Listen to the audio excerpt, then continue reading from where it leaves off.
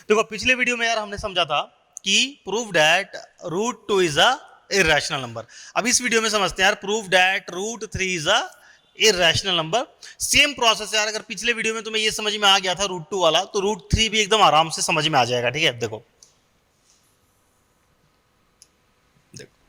Prove that root three is irrational, एकदम same to same process रहेगा हमारा लिखने का। ठीक है, तो यहां पे मैं थोड़ा सा फास्ट एक्सप्लेन करूंगा एज कंपेयर टू पिछले वाले के कंपेयर में। ठीक है, क्योंकि लगभग तो यार वहां समझ लिया था। तो लिखने का तरीका क्या होता है हमारा, इफ पॉसिबल, जो कि पॉसिबल नहीं है फिर भी हम लिखते हैं if possible let root three be a rational number. हम इसको रैशनल एज्यूम कर लेते हैं। If possible let root three be a rational. तो अब क्योंकि यार हमने इसको रैशनल एज्यूम किया है, तो अब हम इसको लिख सकते हैं then root three is equal to P by Q लिख लो, चाहे ए बाई बी लिख लो। Root three is equal to A by, A लिख दिया मैंने यार, ये क्या कर रहे हैं, ए बाई बी। ठीक है, then root three is equal to A by b where a and b are integers having no common factor other than one. ठीक है, जितना यार यहां लिख रहे हैं ना, ये पूरा लिखना, तुम इसमें से कुछ भी थ्योरेटिकल पार्ट स्किप नहीं कर सकते, ये लिखना पड़ेगा ऐसे। ठीक है, where a and b are integers having no common factor other than one and b is not equal to zero, generally denominator कोई भी जैसे रैशनल नंबर होता है ना, अगर a बाई बी के फॉर्म में लिखे हैं, मेरे को नहीं पता इज इक्वल टू ये क्या है, इज इक्वल टू ये कौन सा नंबर है, तो हम लोग क्या बोलते हैं, रैशनल नंबर क्या होता है, rational number a by b के फॉर्म में होता है where a and b are integers having no, where a and b are integers and b जो होता है वो जीरो नहीं होना चाहिए। ठीक है, ए जीरो हो भी सकता है, तो जीरो बाई बी क्या बन जाएगा, जीरो बन जाएगा, और जीरो भी एक रैशनल नंबर है। लेकिन क्योंकि हमारे पास यहाँ पे क्या है, लेफ्ट साइड में तो क्लियर कट लिखा हुआ है ना रूट थ्री, तो अब ये रैशनल है कि इररेशनल है, ये कंफ्यूजन है। लेकिन ये तो कंफर्म है ना कि ये जीरो नहीं है, तो a का वैल्यू भी जीरो नहीं हो सकता है ना, क्योंकि अगर a का वैल्यू जीरो होने का मतलब क्या, ये पूरा जीरो, ये पूरा जीरो, मतलब ये जीरो, तो कंफर्म है ना कि ये जीरो तो नहीं है। तो हम यहां पे लिख सकते हैं and also a is not equal to zero. इस पार्टिकुलर केस के लिए a का वैल्यू भी जीरो नहीं है। ठीक है, तो ये हमने लिख लिया। इसके बाद हमारा नेक्स्ट स्टेप क्या होता था, squaring both side. Squaring both side, दोनों तरफ हम स्क्वायर करते थे। ठीक है, ये कंपलसरी स्टेप है। ठीक है, स्क्वायरिंग बोथ साइड करोगे तो यहां तो ये रूट सिंबल हट जाएगा, three is equal to a square upon b square हो गया। इसके बाद क्या करते थे, क्रॉस मल्टीप्लाई करते थे, बी स्क्वायर रूट किधर आ जाएगा, three b square is equal to a square. अब देखो तुम यहाँ पे, हमने पिछले में क्या था, two b square is equal to a square, जब हम रूट टू वाला सॉल्व कर रहे थे। यहां पे क्या है, three b square is equal to a square. इसका मतलब थ्री से अगर हम किसी चीज को मल्टीप्लाई करते हैं, three into something, three into something, three into something is equal to B आ रहा है। मान लो थ्री से हमने ए को मल्टीप्लाई किया तो बी आ गया। ठीक है, three into something is equal to b, इसका मतलब क्या होगा, थ्री डिवाइड्स बी होगा ना। जैसे कि हमने किया three into four is equal to 12, इसका मतलब क्या है, थ्री डिवाइड्स 12। ठीक है, तो हम क्या लिख सकते हैं, three into b square is equal to a square, इसका मतलब three divides, three b square is equal to a square, इसका मतलब थ्री डिवाइड्स ए स्क्वायर। ठीक है, तो अगर थ्री ए स्क्वायर को डिवाइड कर रहा है, ठीक है, तो फिर हम लिख सकते हैं थ्री डिवाइड्स ए। ठीक है, ये लाइन से ये लाइन हमने कैसे लिखा, ये तो थ्योरम का यूज किया, ये थ्योरम है। ठीक है, थ्री डिवाइड्स ए, तो अगर थ्री ए को डिवाइड कर रहा है, इसका मतलब ए जो नंबर है ये कैसा नंबर होगा, ए किस टाइप का नंबर होगा, ए जो नंबर होगा वो थ्री का मल्टीपल होगा। तो let A is equal to three C, एक नया वेरिएबल हम यहां इंट्रोड्यूस कर देंगे, A is equal to three C. अगर three divides five divides A होता तो हम a is equal to five C लिख लेते। ठीक है, तो यहां पे आ गया a is equal to three c. इसके बाद हम क्या करते हैं, again squaring both side, again squaring both side. ठीक है, तुम रिलेट कर पा रहे होगे कि जो मैंने रूट टू वाले में लिखा था एकदम सेम टू सेम वही लिख रहा हूं। ठीक है, अगेन स्क्वायरिंग बोथ साइड। ठीक है, तो क्या हो जाएगा यहाँ पे, A square is equal to 3c²। अब तुम देखो ए स्क्वायर के बदले क्या लिख सकते हैं, ए स्क्वायर, इसको नाम दे दो इक्वेशन 1 नाम दे दो, इसको नाम दे दो इक्वेशन 1, ठीक है। तो अब देखो फ्रॉम इक्वेशन 1, ठीक है, ए स्क्वायर के बदले हम क्या लिख सकते हैं 3b²। यहां पे ए स्क्वायर के बदले हम 3b² लिख सकते हैं, ठीक है। तो from equation 1 put a square is equal to 3b²। Equation 1 में था ना, यहाँ पे ए स्क्वायर का वैल्यू क्या है 3b²।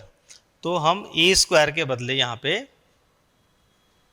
ए स्क्वायर के बदले क्या लिख देंगे, सॉरी, अच्छा यहाँ मिस्टेक हो गया ना, एक जो हमने स्क्वायरिंग बोथ साइड किया तो 3c का स्क्वायर करेंगे तो 9c² आ जाएगा, एक मिस्टेक हो गया, यहाँ पे आ जाएगा 9c², ठीक है। और ए स्क्वायर के बदले हम लोग यहाँ पे पुट करने वाले हैं 3b²।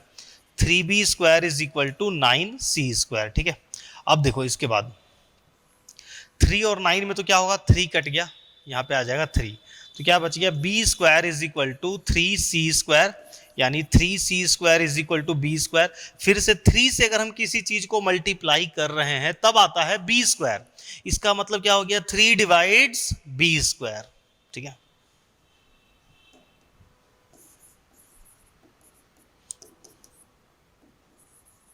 ठीक है, 3 divides b²।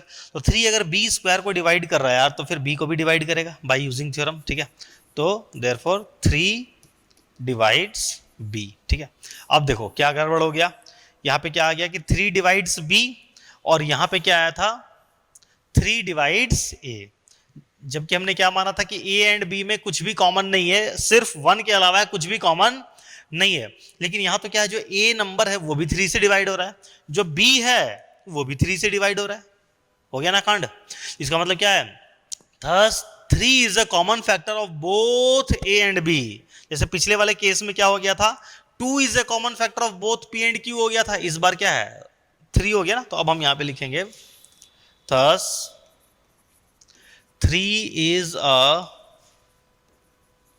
Common factor of both a and b, ठीक है। 3 क्या निकल गया कॉमन फैक्टर, लेकिन हमने ऊपर में क्या माना था a and b are integers having no common factor other than 1, और यहां पे तो आ गया 3 कॉमन फैक्टर निकल गया। दिस इज अ कॉन्ट्राडिक्शन, ठीक है। This contradicts this contradicts the fact that A and B has no common factor other than 1, ठीक है। ये कॉन्ट्राडिक्शन हो गया, और ये कॉन्ट्राडिक्शन हुआ क्यों, this contradiction arises, this contradiction arises because we had assumed √3 as a rational number. हमने √3 को यार रैशनल नंबर मान लिया था, इसलिए सारा गड़बड़ हुआ। हेंस √3 इज इरैशनल, ठीक है। अब तुम मिलाओ जरा दोनों स्क्रीन को एक साथ रख के, जो मैंने √2 वाले में सॉल्व किया था और √3 वाले में, एकदम पूरा 100% सेम मिलेगा तुम्हें, कहीं कुछ भी एक वर्ड भी अंतर नहीं मिलेगा, ठीक है। एंड अगर ये समझ में आ गया तो √5 वाला यार तुम खुद से बनाओ, ठीक है। √5 हो चाहे √7 हो चाहे √11 हो।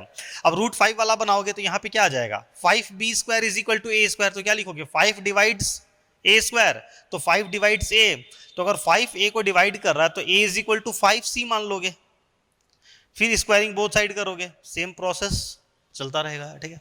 आगे बढ़ते हैं, नेक्स्ट अगला एग्जांपल, ठीक है ना। शो डैट, अब देखो इस टाइप का क्वेश्चन अगर आता है 5 + √3, 5 - √3, चाहे 5 माइनस सिर्फ √3 लिखा हुआ है ना यहाँ पे, 5 माइनस 4√3 भी हो सकता था, √3 के आगे यहाँ पे 1 है, यहाँ पे भी कोई नंबर हो सकता था, ठीक है। 5 + 11√3, ठीक है। तो कोई फर्क नहीं पड़ेगा, हमारा जो सॉल्व करने का तरीका रहेगा वो सेम रहेगा, ठीक है ना। तो देखो इस टाइप के क्वेश्चन को कैसे सॉल्व करेंगे, तो हमें पता है कि रैशनल नंबर और इरेशनल नंबर में कि सम ऑफ रैशनल प्लस रैशनल क्या होता है। अगर दो रैशनल नंबर का सम रहेगा, रैशनल प्लस रैशनल, तो वो तो क्या होगा, रैशनल ही होगा, ठीक है। और रैशनल प्लस इरेशनल हो, ठीक है, चाहे रैशनल माइनस इरेशनल हो, चाहे रैशनल इनटू इरेशनल हो, ठीक है, रैशनल इनटू इरेशनल हो, ठीक है, तो इन सब में ही क्या होता है, इरेशनल नंबर होता है, ठीक है। अगर एक रैशनल और इरेशनल का कॉम्बिनेशन आ जाए, ठीक है, प्लस हो, माइनस हो, मल्टीप्लिकेशन हो, डिवाइड हो, तो कंफर्म है कि वो इरेशनल होता है। और रैशनल प्लस रैशनल हो, रैशनल माइनस रैशनल हो, रैशनल इनटू रैशनल हो, रैशनल डिवाइडेड बाय रैशनल हो, ठीक है, तो वो क्या होता है, एक रैशनल नंबर ही होता है। डिवाइड वाले में क्या, डिनोमिनेटर जीरो नहीं होना चाहिए, ठीक है। लेकिन अगर एक रैशनल हो जाए, एक इरेशनल हो जाए, तो कंफर्म है कि इरेशनल ही होगा। और दोनों अगर इरेशनल हो जाए, इरेशनल प्लस इरेशनल, तो हम नहीं बता सकते हैं कि वो रैशनल होगा कि इरेशनल। वो रैशनल भी हो सकता है, इरेशनल भी हो सकता है, ठीक है। तो चलो एक बार ये जो मैं इतना पॉइंट बता रहा हूँ ना, इसको एक बार अच्छे से, कंफ्यूजन ना हो, एक बार अच्छे से इसको, इस क्वेश्चन को स्टार्ट करने से पहले एक बार इस पॉइंट को अच्छे से मेंशन कर देते हैं, ठीक है। देखो, rational number plus rational number, या rational number minus rational number, rational number into rational number, या rational number divided by rational number, तो इन चारों ही केस में क्या होगा, आउटपुट जो आएगा हमारा रैशनल नंबर आएगा। डिवाइड के केस में ये वाला पार्ट जीरो नहीं होना चाहिए, ठीक है। और अगर एक रैशनल नंबर है और दूसरा इरेशनल नंबर है, चाहे rational number minus irrational number, rational number into irrational number, चाहे rational number divided by irrational number, चाहे irrational number divided by irrational, ठीक है, डिवाइड में, चाहे रैशनल माइनस इरेशनल या इरेशनल माइनस रैशनल, कंफर्म है इन सभी केस में क्या होगा, आउटपुट जो आएगा वो इरेशनल नंबर ही होता है, ठीक है। एक रैशनल और इरेशनल का कॉम्बिनेशन आ जाए तो इरेशनल ही होता है, ठीक है। और दोनों रैशनल रहे तो कंफर्म है कि रैशनल होगा। लेकिन जब दोनों इरेशनल आ जाए ना, तब हम नहीं बता सकते हैं, ठीक है। जैसे तुम इसका एग्जांपल ले लो, 5 + √3 ये इरेशनल नंबर है, 5 - √3 ये भी इरेशनल नंबर है, 5√3 ये भी इरेशनल नंबर है, 5 डिवाइडेड बाई √3 चाहे √3 डिवाइडेड बाई 5, ये सारा ही क्या है, इरेशनल नंबर है, ठीक है। तो अगर हम एक रैशनल और एक इरेशनल को कंबाइन करते हैं by using any operator plus minus divide, तो वो इरेशनल ही आता है। लेकिन अगर हम दो इरेशनल नंबर ले लें, इरेशनल प्लस इरेशनल, तो अब हम नहीं बता सकते हैं कि वो रैशनल होगा कि इरेशनल। वो रैशनल भी हो सकता है, इरेशनल भी हो सकता है। इरेशनल माइनस इरेशनल करेंगे तो वो रैशनल भी हो सकता है, इरेशनल। इरेशनल इनटू इरेशनल करेंगे तो वो रैशनल भी हो सकता है, इरेशनल भी हो सकता है। बोलोगे सर एक एग्जांपल देके समझाओ, समझ में नहीं आ रहा है। देखो, जैसे हमने दो इरेशनल नंबर ले लिया, √3 + √2 किया, दोनों इरेशनल नंबर था, और दोनों इरेशनल नंबर को हमने जोड़ा तो √2 + √3 ये एक इरेशनल नंबर ही आएगा। लेकिन हम एक एग्जांपल ले ले, 5 + √2 ये एक इरेशनल नंबर है, प्लस 5 - √2। अब देखो, ये भी एक इरेशनल नंबर था, ये भी एक इरेशनल नंबर था, हमने दोनों को जोड़ा तो क्या होगा, ये कट गया, 5 + 5 क्या आ गया, 10। 10 क्या है, एक रैशनल नंबर। तो दो इरेशनल नंबर को हमने जोड़ा तो इरेशनल आ गया, दो इरेशनल नंबर को हमने जोड़ा तो इस बार रैशनल आ गया। तो रैशनल, दो इरेशनल नंबर को जोड़ने से या मल्टीप्लाई करने से आउटपुट हमारा रैशनल भी आ सकता है, इरेशनल भी आ सकता है। मल्टीप्लाई के केस में देख लो, √3 × √5 करो, क्या आ गया, √15 आ गया, एक इरेशनल नंबर है, ठीक है। और अगर हम यहाँ पे मल्टीप्लाई करते हैं 2√2 × 4√2, 2√2 भी एक इरेशनल नंबर है, 4√2 भी अपने आप में एक इरेशनल है। लेकिन जब हमने दोनों को मल्टीप्लाई किया तो 4 2 जा 8 और √2 × √2 2 बन गया, तो ये क्या आ गया, 16। इस बार देखो, दो इरेशनल नंबर को हमने मल्टीप्लाई किया तो एक रैशनल नंबर आ गया, ठीक है ना। तो आई होप कि ये वाला पॉइंट क्लियर हो गया होगा, ठीक है ना। तो इस पे भी यार एमसीक्यू क्वेश्चन काफी सारे बन सकते हैं इन सारे कॉन्सेप्ट के ऊपर। तो अब देखो, यहाँ पे लिखा हुआ है 5 - √3, तो हमें पहले से पता है कि ये एक इरेशनल नंबर है और हमें इसको प्रूव करके दिखाना है कि ये एक इरेशनल नंबर है, ठीक है। तो इसको हम लोग नेक्स्ट स्लाइड पे लिख लेते हैं, 5 - √3।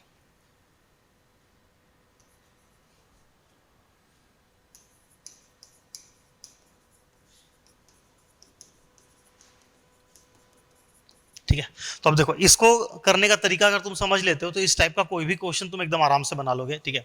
तो सॉल्यूशन इसमें हम क्या लिखेंगे, अगेन इरेशनल प्रूव करना है और हमें पता है कि ये इरेशनल है, तो क्या करेंगे, by method of contradiction again हम इसको एज्यूम कर लेंगे कि भैया तुम इरेशनल नहीं हो, ठीक है। If possible let 5 minus root 3 b rational, हमने इसको रैशनल एज्यूम कर लिया। तो अब फिर से वही कहानी, अगर तुम किसी भी चीज को रैशनल एज्यूम करोगे तो उसको पी बाई क्यू के फॉर्म में लिख सकते हैं, देन, ठीक है, 5 minus root 3 is equal to A by B लिख लेते हैं, सिंपल लगता है लिखने में, ठीक है, ए बाई बी, ठीक है, वेयर, अगर हम किसी भी चीज को रैशनल मानते हैं तो हम ऐसे लिख सकते हैं, where a and b are integers, ठीक है, having no common factor other than 1 and b is not equal to 0, और a भी 0 के बराबर नहीं होगा, क्योंकि LHS क्लियर कट दिख रहा है ना यार कि हमें LHS तो 0 है नहीं, तो इस वाले केस में a भी 0 नहीं होगा। अब देखो 5 minus root 3 is equal to क्या हो गया, a बाई बी। अब देखो जैसे पिछले केस में टाइप 1 में हम लोग क्या करते थे, root 2 root 3 root 5 squaring both side करते थे, यहां स्क्वायरिंग बोथ साइड नहीं करेंगे, तो क्या करेंगे, यहां रीअरेंज कर लेंगे, ठीक है, रीअरेंज कर लो, ऑन रीअरेंजिंग वी गेट, ठीक है, रीअरेंज करते हैं ताकि रूट 3 को एक तरफ कर लिया, 5 माइनस ए बाई बी को, रूट वाले पार्ट को एक तरफ कर लो, बाकी सबको एक तरफ कर लो, ठीक है। तो ए बाई बी को उठा के इधर ले आए, 5 minus a by b is equal to root 3, root वाला पार्ट अलग हो गया। अब देखो क्या आ गया, 5 minus a by b is equal to root 3। अब देखो ये तो क्लियर कट है कि जो LHS में लिखा हुआ है वो एक रैशनल नंबर है, कैसे, देखो ए बाई बी क्या है, ए बाई बी क्या है, ए क्या था, a and b are integers having no common factor other than 1, a और बी क्या है, इंटीजर्स है, ठीक है, समझना एकदम ध्यान से, ए और बी अगर इंटीजर्स है तो ए डिवाइडेड बाई बी, दो इंटीजर को अगर हम डिवाइड करेंगे तो वो भी क्या आ जाएगा, एक रैशनल नंबर, ठीक है। तो ए और बी इंटीजर्स है लेकिन ए बाई बी क्या हो गया, एक रैशनल नंबर, और 5 में से अगर हम किसी रैशनल नंबर को माइनस करते हैं, 5 भी एक रैशनल नंबर है, और अगर हमें पता है, अभी जस्ट मैंने कॉन्सेप्ट एक्सप्लेन किया, रैशनल माइनस रैशनल रैशनल ही होता है, 5 भी एक रैशनल नंबर है, ए बाई बी भी एक रैशनल नंबर है, तो एक रैशनल में से हम दूसरे रैशनल को माइनस करेंगे तो रैशनल ही आएगा। तो ये क्लियर कट पता चल रहा है कि जो लेफ्ट साइड में लिखा हुआ है वो एक रैशनल नंबर है, ठीक है। तो अब लेफ्ट वाला पार्ट और राइट वाला पार्ट तो बराबर है, तो अगर लेफ्ट वाला रैशनल होगा तो राइट वाला भी रैशनल हो जाएगा, लेकिन राइट वाला तो रैशनल नहीं है, ये तो हमें पहले से ही पता है कि जो रूट 3 है वो एक इरेशनल नंबर होता है, लेकिन जो लेफ्ट वाला पार्ट है वो क्या बन रहा है, रैशनल, और ये इरेशनल, तो ये गड़बड़ी हो क्यों रही है, गड़बड़ी का रीजन हम ही ने तो सारा कांड किया हुआ यहाँ पे, इसको जो रैशनल माना, ठीक है। तो अब देखो लिखेंगे कैसे, लिखने का तरीका समझ लो, चाहे रूट 3 को तुम इधर लिख लो, इसको इधर लिख लो, इससे कोई फर्क नहीं पड़ता कि कौन सा किधर लिखा हुआ है, हमें तो ये जो ये वाला पार्ट रहेगा ना, रूट को छोड़ के जो बचा हुआ पार्ट रहेगा वहां पे लिखना है क्लियरली, ऐसे करके थोड़ा एक्सप्लेन कर दोगे क्लियरली, डायरेक्ट मत लिख देना कि LHS वाला जो पार्ट है वो रैशनल है, ठीक है, बुक में तुम देखोगे तो डायरेक्ट लिखा हुआ मिल जाता है, थोड़ा सा हम इसको और एक्सप्लेन कर देंगे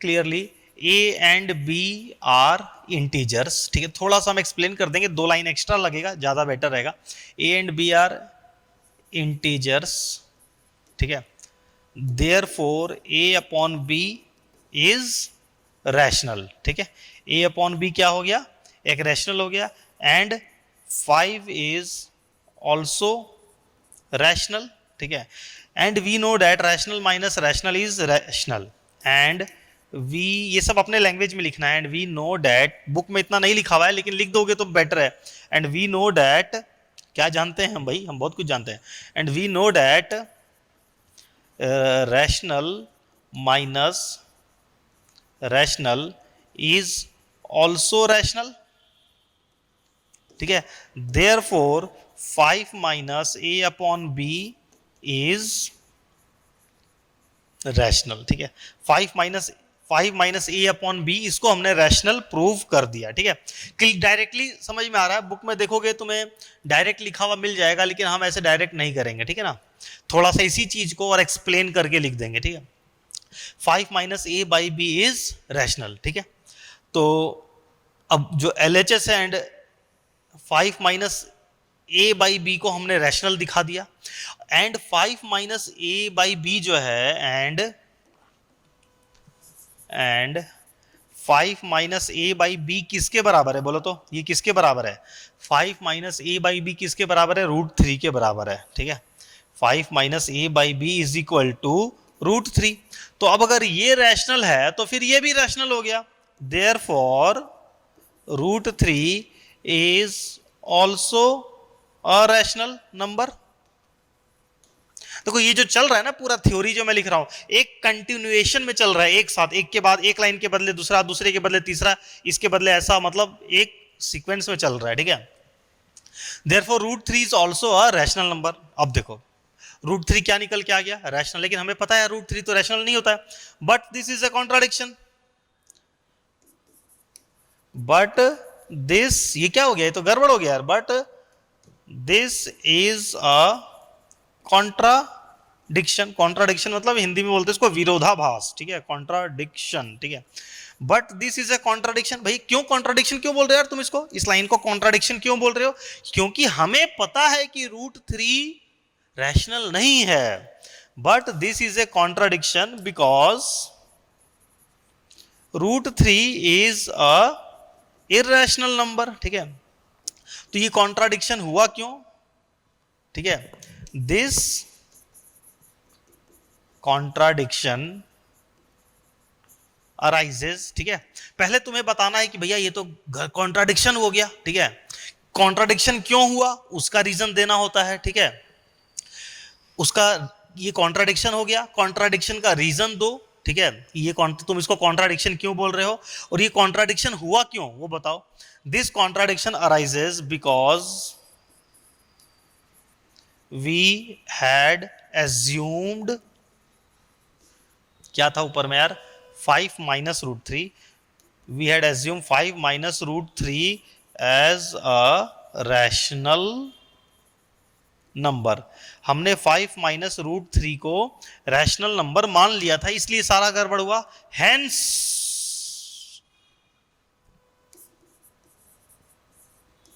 5 - √3 इज इररेशनल।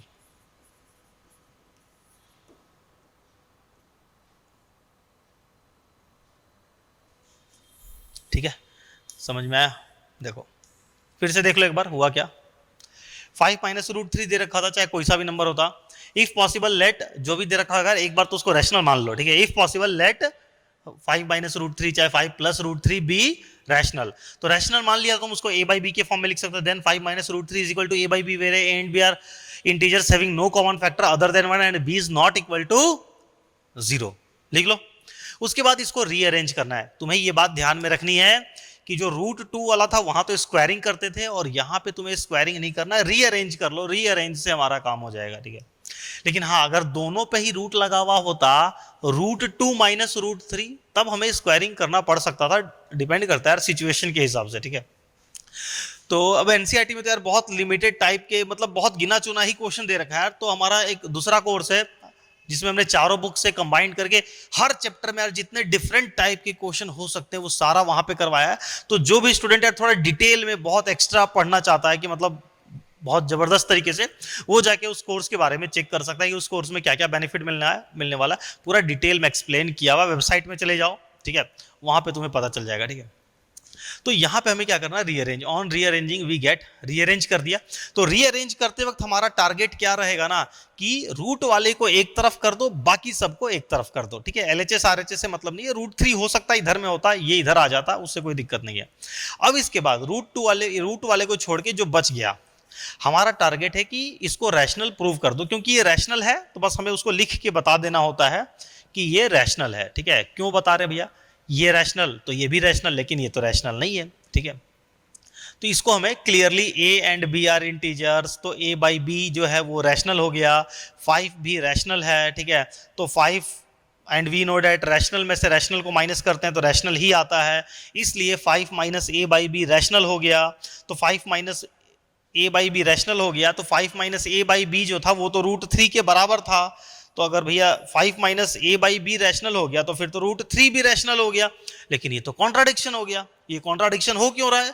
क्योंकि हमने ऊपर में ही गड़बड़ किया है, ठीक है। Because this is a contradiction, because √3 is irrational number, ठीक है। और यहां पे क्या आ गया? √3 इज रैशनल नंबर, ठीक है। This contradiction arises because we had assumed 5 minus √3 is a rational number. अब यहाँ पे कोई स्टूडेंट का डाउट उठ सकता है, सर यहाँ पे तो आपने डायरेक्ट बोल दिया कि बिकॉज √3 इज इरेशनल नंबर, क्या यहाँ पे फिर से इसको प्रूव करके दिखाने की जरूरत नहीं है? नहीं, यहाँ पे तुम इसको डायरेक्ट लिख लोगे, इसको डायरेक्ट लिख के बनाओगे, ठीक है। यहाँ पे फिर से इसको तुम्हें अलग से √3 को इरेशनल प्रूव नहीं करना है। वो जब स्पेशली क्वेश्चन आएगा ना, प्रूव दैट √3 इज इरेशनल, वहां पे उसको पूरा इरेशनल प्रूव करेंगे। यहां पे तो बस डायरेक्ट ऐसे यूज कर लो कि बिकॉज हमें पता है कि √3 इरेशनल है, ठीक है। तो आई होप क्लियर हो गया होगा यार, होना चाहिए भाई।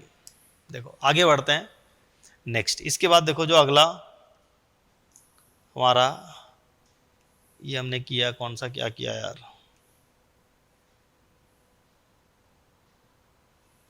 कहाँ गया एग्जाम्पल, हाँ ये हमने किया 5 माइनस √3 इज इरेशनल। अब देखो अगला क्वेश्चन ये था डिफरेंस माइनस के फॉर्म में, अगला जो क्वेश्चन है वो मल्टीप्लीकेशन के फॉर्म में दे रखा है, 3√2 इज इरेशनल, ठीक है। अगला एग्जाम्पल और आखिरी एग्जाम्पल, इसके बाद एक्सरसाइज के क्वेश्चन आ जाएंगे। Show that 3√2 is irrational. Same process, तो थोड़ा सा मैं फटाफट लिख देता हूं, ठीक है। इफ पॉसिबल, सेम तरीका रहेगा बनाने का हमारा। If possible let 3√2 b a rational, हमने इसको रैशनल मान लिया, ठीक है। तो फिर then 3√2 is equal to P by q, bracket में लिख लेना, where p and q are integers having no common factor other than 1, ये सब यहां पे तुम लिख लेना खुद से, ठीक है। तो अब क्या हो जाएगा, रीअरेंज करेंगे, ऑन रीअरेंजिंग वी गेट, क्या मिलेगा हमें, देखो √2 को अलग, रूट वाले को अलग करना है, बाकी सबको एक तरफ कर दो। √2 इज इक्वल टू P/3Q, ठीक है। रीअरेंज कर दिया, तो ऑन रीअरेंजिंग वी गेट, ठीक है। अब देखो जो RHS वाला पार्ट है यार, ये क्या है, ये तो एक रैशनल नंबर है, क्यों? तो यहां पे लिखोगे since P and Q are integers, ठीक है, therefore P/Q is a rational number, ठीक है। एंड P/Q मल्टीप्लाइड बाई 1/3, ठीक है। चाहे इसको ऐसे लिख लो यार, इसको ऐसे लिखो थोड़ा सा, since P and Q are integers, ठीक है, therefore 3Q is also a integer. Q अपने आप में एक इंटीजर था, ठीक है। तो Q अपने आप में एक इंटीजर है, तो एक इंटीजर को हम एक नंबर 3 भी एक इंटीजर है, ठीक है। तो एक इंटीजर को दूसरे इंटीजर से मल्टीप्लाई कर देंगे तो वो इंटीजर ही रहेगा। तो P एंड Q इंटीजर था, तो जो 3Q है वो भी एक इंटीजर ही रहेगा, इज ऑल्सो अ इंटीजर, ठीक है। तो अब अगर हम दो इंटीजर को डिवाइड कर दें तो P एक अपने आप में इंटीजर है और 3Q भी एक इंटीजर है। तो P/3/Q, दो इंटीजर को जब हम डिवाइड करते हैं तो वो क्या बन जाता है, रैशनल नंबर। तो P/3Q is a rational number. P/3/Q जो लिखा हुआ है वो एक रैशनल नंबर है, एंड जो P/3Q है वो किसके बराबर है, √2 के बराबर है। And P/3Q is equal to √2, therefore √2 is also a rational number. देखो क्योंकि P/3Q जो है वो रैशनल है और ये √2 के बराबर है, तो √2 भी क्या हो गया, रैशनल हो गया। फिर से वही गड़बड़ी, तो तुम बोलोगे यार ये तो सर बहुत सिंपल लग रहा है। हाँ भाई ये बहुत ज्यादा सिंपल है ये क्वेश्चन। फिर से वही लिखोगे, √2 is also a rational number, this is a contradiction, this is a contradiction, ये तो कॉन्ट्राडिक्शन हो गया यार, बिकॉज वी नो डैट, हमें पता है, because we know that root two is a irrational number, ठीक है। तो ये कॉन्ट्राडिक्शन हुआ क्यों, बस वही सब यार थ्योरी बात, वही सब सेम चीज सेम हम लोग रिपीट करने वाले हैं। दिस कॉन्ट्राडिक्शन, मैं शॉर्ट में लिख रहा हूं, तुम लोग पूरा लिख लेना। This contradiction arises because we had assumed, क्या था ऊपर में question, because we had assumed 3 root 2, because we had assumed 3 root 2 as rational, ठीक है। तो हैंस, तो हमें उसको रैशनल नहीं एज्यूम करना चाहिए था, हैंस 3 रूट 2 इज इरैशनल, ठीक है। क्लियर है कैसे कर रहे हैं? आई होप कि अब अगर तुमने सीरियल वाइज अभी तक सारा वीडियो देखा होगा तो पक्का है कि एकदम क्लियर हो गया होगा, ठीक है ना। तो चलो इस वीडियो को यहीं ब्रेक करेंगे, इसके बाद जो एक्सरसाइज की क्वेश्चन यार, अब अगर इतना समझ में आ गया तो मेरे को नहीं लगता है कि एक्सरसाइज मेरे को अलग से बतानी पड़ेगी, ठीक है। सारा सेम क्वेश्चन यार, सेम टू सेम एग्जाम्पल की तरह, ठीक है। पहले जो पुरानी वाली बुक है यार, पुरानी वाली बुक में ये था एक्सरसाइज 1.3 में दे रखा था, क्योंकि पुरानी बुक से एक एक्सरसाइज 1.1 कट गई है, तो बाकी की एक्सरसाइज घसक घसक के आगे आ गई है।